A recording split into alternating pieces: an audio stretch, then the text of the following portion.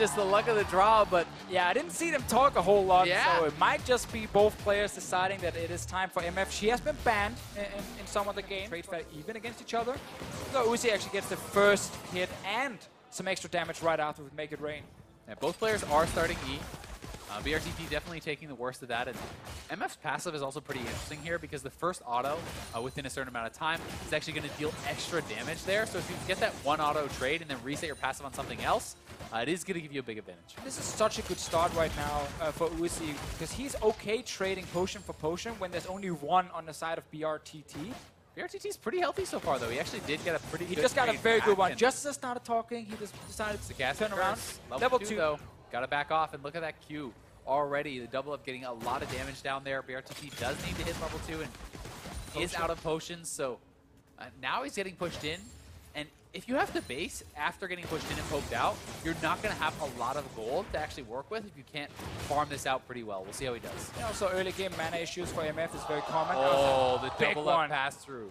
So if brTT is forced to start using mana on CSing on the turret here or trying to land some poke that is pretty difficult to actually connect onto Uzi because there's so many minions, well then suddenly you might actually find yourself running out of mana. And you'll see how important the positioning is. You can see brTT moving away from those range minions because a pass-through would be death at this point. He needs to be very careful. He's actually standing behind some pretty low HP minions there. A little bit of a lucky timing right there for brTT though with the spawn of the heal. The fact that Miniwave had just actually pushed back Uzi's wave, so he had to leave.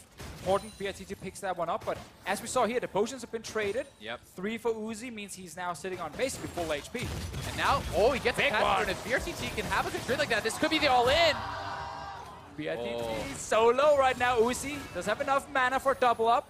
That's such a big advantage now for Uzi. I think brTT was looking for the all-in there, but Uzi simply backs off, but it's the summoner advantage now for Uzi. It's a CS advantage for him as well. Push it in, base, have a better buy. You have the 2 summoners, and you can look into posture very aggressively and go for the kill. Just makes it easier to... Uzi did actually elect, so he did take Biscuit Delivery, but he took Cosmic Insight, which I actually think is much worse than Futures Market as far as the 1v1. I mean, 5% CDR It's not going to big. be so much less of a big deal than, say, 3 extra potions, which is what he actually could have afforded on this base. He would have been able to come back with 5, which is such a massive amount of regen, but brTT, as expected, has a double Doran's Blade. He's going to need to get some very advantageous trades if he wants to get back into this, because he is down on farm, he's down on gold, and it's going to be a bit problematic, but he is running Resolve, he is running the Doran, so he's going to have more lifesteal, he's going to have more sustain in a really long, grinded out type lane because of that.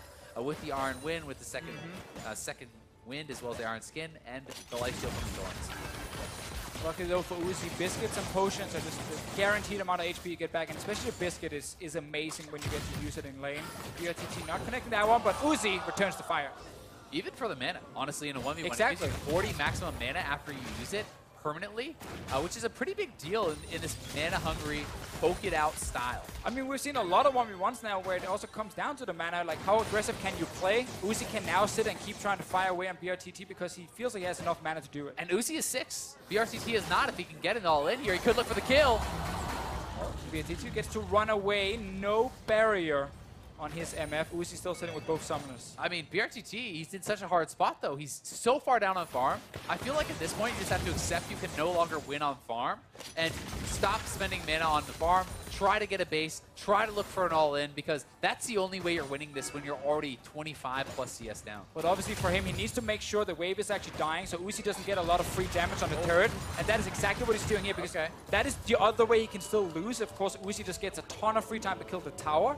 What's important here is get barrier, once again off cooldown, go back, get full HP, full mana, and then next time you have ulti, see if you can get an all-in. It's going to be tough, though, because Uzi's going to have the ulti earlier.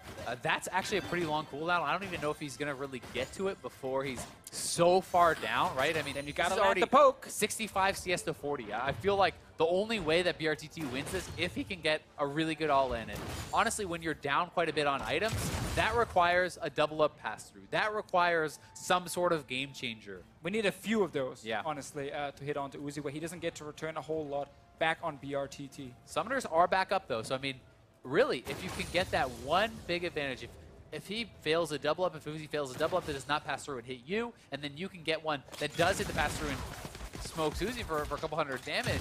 There we go. That could That's be the one. change. That's a big one for him, obviously. If you're able to stay to the side of the minion wave, there's a much lower chance it actually will bounce and hit you in the face. If you're staying right behind the caster minions, there's a huge chance it will hit you. So you see Uzi's positioning is constantly near the wall to make sure that he doesn't get a big one in his face. And Uzi knows all he has to do is push the wave. Like, he doesn't have to take any sort of fights, right? He has such an advantage that even if brTT can hit a couple double-ups and really poke him out, he can base. He has such a big cushion on the minions here. 20 CS. Heal though, looking for potential all in. Uzi's ulti is now being used as well. Does get a bit of a chunk down there, and Uzi again just pushing out the wave, trying to poke down on brTT. Has another potion available, but Uzi has a couple potions. Uzi can go back and get control of those health relics, and he still has the itemization advantage. And again, as you highlighted earlier, like brTT's second tree being, you know, with absolute focus, which is good for him if he's above 70% HP, doesn't really give him any extra sustain right there. And then the movement speed as well doesn't really help him when it comes to keeping the mana going, keeping his HP up. Uzi's investing so much by getting things like Biscuit. Knows he can play extra aggressive because he will get a lot of that mana back as well. And brTT is looking for potential all-in to win this game.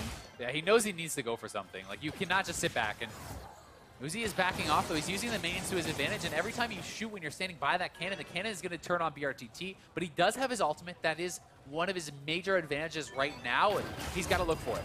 Oh, he's looking for it right now! He's going for it! Oh, so low. brTT is trying to get out of there, but is going to have to base. Looks like he survives, but Uzi needs only 2 more waves. He's already at about 90 CS, and with brTT going back to base, you have to feel like it's pretty much wrapped up. It should be over right here. Uzi knew he just had to dodge the ulti. He walked straight out of it. Still had both defensive summoners he could use. And yeah, brTT tried what the only thing he basically could do at this point, the all-in. It was a good try, but we're actually going to see Uzi make sure he's going to go back to base. He only needs 4 CS, so this really wants to win. Really smart. He is being extremely sure that nothing can go wrong. So brTT right now needs to actually stand behind Uzi's minions and deny any sort of easy CS for Uzi. He needs to get up there, like, already. You need to be up there. Get in there. Because that's just one wave, and the ultimate is available for Uzi. Uzi can just walk up and ult the wave, so you got to fight right now and hope that you can win, because Uzi's going to ult the wave. There it is. Nothing you can do at that point, but obviously the only thing at the end is don't actually even push the wave. Yeah. Just walk by it, keep